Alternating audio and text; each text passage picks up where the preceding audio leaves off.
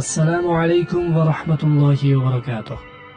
Kunlarimizni osuda o'tkazayotgan, faqat o'zigagina e'tiqod qiladiganlardan qilib qo'ygan Alloh subhanahu va taologa hamd va sanolar bo'lsin. Alloh taoloning suyukli rasuli Muhammad sallallohu alayhi va sallamga cheksiz salovatlar, salomlar va rahmatlar yog'ilsin. U zotga ergashgan yaxshi insonlarga Allohning rahmatlari bo'lsin. Navro'z radio kanalining xolislik sari dasturi yana sizlarni mushohada gulchaligiga sayr ettirishga taklif etadi. Dasturimiz orqali payg'ambarimiz Muhammad Mustafa sallallohu alayhi va sallam o'gitlari va u zotning hadislariga tayanib, olimlar tomonidan ma'lum qilingan gunoh kabiralar haqida hikoya qilamiz. Shuningdek, sahobalar hamda tobiinlar hayotidan go'zal voqealar keltirib o'tiladi. Bugungi kun sahifasida esa zamondoshlarimizga tegishli hodisotlar va xitoblar yangraydi. She'riyat bo'stonida sayr etib topganlarimizni esa hissiyot olamida ruknida tinglashingiz mumkin.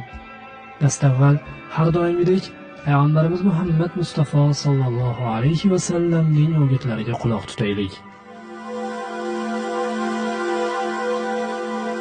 Payg'ambarimiz o'gitlari.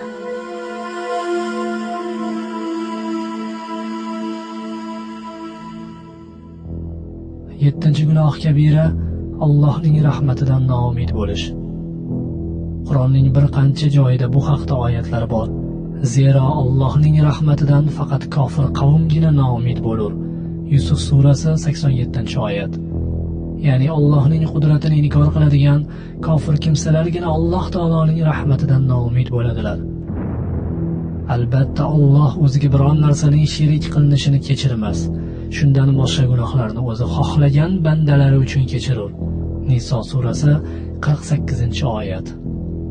Ey Muhammad alayhissalom, mening turli gunoh ma'siyatlar qilish bilan o'z jonlariga jinoyat qilgan bandalarimga ayting, Allohning rahmat marhamatidan noumid bo'lmangiz. Albatta Alloh o'zi xohlagan bandalarining barcha gunohlarini mag'firat qilur. Albatta uning o'zigina mag'firatli, mehribondir. Zumar surasi 53-oyat. Rahmatim, mehribonligim esa hamma narsadan kengdir. A'rof surasi 156-oyat. Ya'ni barcha maxluqotimni qamrab olgan. Abu Hurayra roziyallohu anhu dan rivoyat qilinadiki, payg'ambar alayhissalom aytdilar: Allohning 100 ta rahmati bo'lib, undan bitta rahmatni jinlar, insonlar, hayvonlar va hasharotlar orasiga tushirdi. Ana o'sha bitta rahmat bilan ular bir-biriga rahm qildilar, shafqatli bo'ladilar va shu rahmat bilan vahshiy hayvon o'z bolasiga mehribon bo'ladi. Alloh 99 ta rahmatni olib qoldiki, ular bilan qiyomat kunida bandalariga rahm qiladi. Muttafaqun alayh. Anas roziyallohu anhu rivoyat qiladi. Payg'ambar alayhissalomning shunday deganlarini eshitganman. Alloh taolo aytdi: Ey odam farzandi, rahmatimdan umidvor bo'lar ekansan, sen tarafingdan sodir bo'lgan narsalarni kechiraman va hech parvo qilmayman. Ey odam farzandi, agar gunohlaring osmonga yetsa-da, so'ng mendan mag'firat so'rasang, seni mag'firat qilaman va hech parvo qilmayman. Ey odam farzandi, agar sen menga yer qobig'icha xato bilan kelsang, so'ng menga biron narsani sherik qilmagan holingda yo'liqsang, senga yer qobig'icha mag'firat bilan peshvoz chiqaman.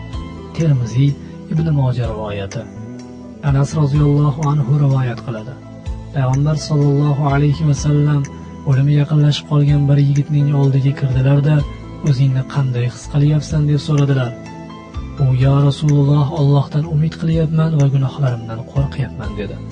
Shunda Rasululloh sallallohu alayhi va sallam aytdilarki, mana shunday holatda banda qalbida bu ikkisi ham bo'lmaydi. Orada jam bo'lsa, Alloh unga umid qilayotgan narsasini berib, qo'rqayotgan narsasidan omon saqlaydi. Termiziy Ibn Moja rivoyati. Abu Hurayra roziyallohu anhu dan rivoyat qilinadi. Payg'ambar alayhissalom aytdilar: Alloh azza va jalla men bandamning men haqimdagi o'yidaman va meni zikr qilgan vaqtda men u bilan birgaman dedi. Buxoriy hamda Muslim rivoyati. Payg'ambar alayhissalom aytdilar: yaxshi gumon ibodatning go'zalligidandir. Abu Dovud Ibn Hibbon rivoyati. Jabir roziyallohu anhu payg'ambar alayhissalomning o'limlaridan 3 kun oldin sizlarning har biringiz Alloh azza va jalla haqida yaxshi gumon qilgan holingizdagina vafot etingiz deganlarini eshitdi. Muslim, Abu Dovud hamda Ibn Moja rivoyati. Rivoyat qilishlaricha, Arsh tarafdan bir jalchi falonchi o'g'li falonchi qayerda deb nido qiladi. Bu ovozni eshitgan har bir kishining hushi boshidan uchadi. Alloh azza va jalla o'sha kishiga so'ralayotgan sensan, osmonlar va yerning yaratuvchisiga ro'baro bo'lishga shoshil deydi. Butun mahluqotlar arsh tomonga tikilib qoladi. Haligi kishi Alloh azza va jallaning huzurida hozir qilinadi. Alloh azza va jalla unga mahluqotlardan to'sib turadigan nurini tushiradi-da, so'ng unga bandam, dunyo hayotidagi har bir amalingni ko'rib kuzatib turganimni bilmasmiding deydi. Banda bilardim, ey Rabbim deydi. Bandam, menga osiylik qilgan kimsalarga azobim va intiqomim borligini eshitmaganmiding? Eshitgandim, ey Rabbim. Ey bandam, menga osiylik qilding. Ey Rabbim, shunday bo'lgan edi. Bandam bugun meni nima qiladi deb o'ylayapsan? Ey Rabbim, meni afv etasan deb o'ylayapman. Bandam nimaga asoslanib meni afv etadi deb o'ylayapsan? Ey Rabbim, chunki sen mening gunoh qilayotganimni ko'rib uni yashirgan eding. Seni afv etdim, kechirdim, o'ylagan narsangni ro'yobga chiqardim. Kitobingni o'ng tarafingdan olgin. Unda nimaiki yaxshilik bo'lsa, uni qabul qildim va nimaiki yomonlik bo'lsa, uni kechirdim. Men saxiy, karim zotdirman deydi Alloh taolo. Parvardigoro, mag'firat qilishga muhabbating bo'lmaganda edi, osiy kimsalarga muhlat bermasding. Afv va karaming bo'lmaganda edi, dillar osoyish topmasdi. Ey Allohim, albatta sen afv qilguvchisan, bizni afv qilgin. Ey Allohim, bizga rizo nazari bilan boq va bizni pokiza bandalaring qatorida qilgin. Jafokashlar orasida qilmagin. Ey Allohim, bizning orzu-umidlarimizni ro'yobga chiqargin. Barcha holatlarda ham amallarimizni o'nglagin. Roziligingga eltuvchi yo'llarni qulay etgin. Bizni yaxshiliklarga yo'llagin. Bizga dunyoda ham, oxiratda ham yaxshilik ato etgin va bizni do'zax azobidan saqlagin.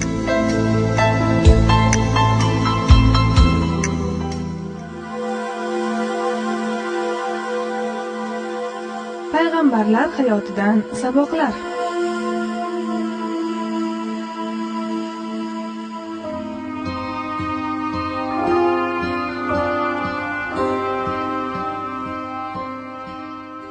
Lut alayhissalom Ibrohim alayhissalom ukasining o'g'li edi. U kishi bilan birga Bobildan hijrat etgan. Samud degan Shom atrofidagi bir joyga joylashgan. Undagi qavm yomon ish bilan shug'ullanishardi. Bachabozlik qilishardi.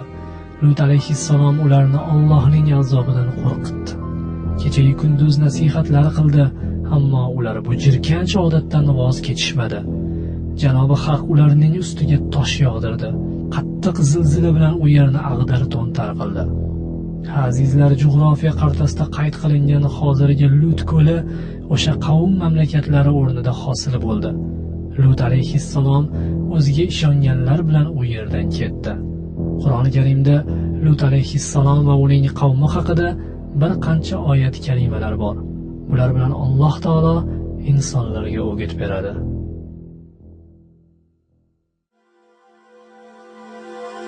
Sahobai kiromlar.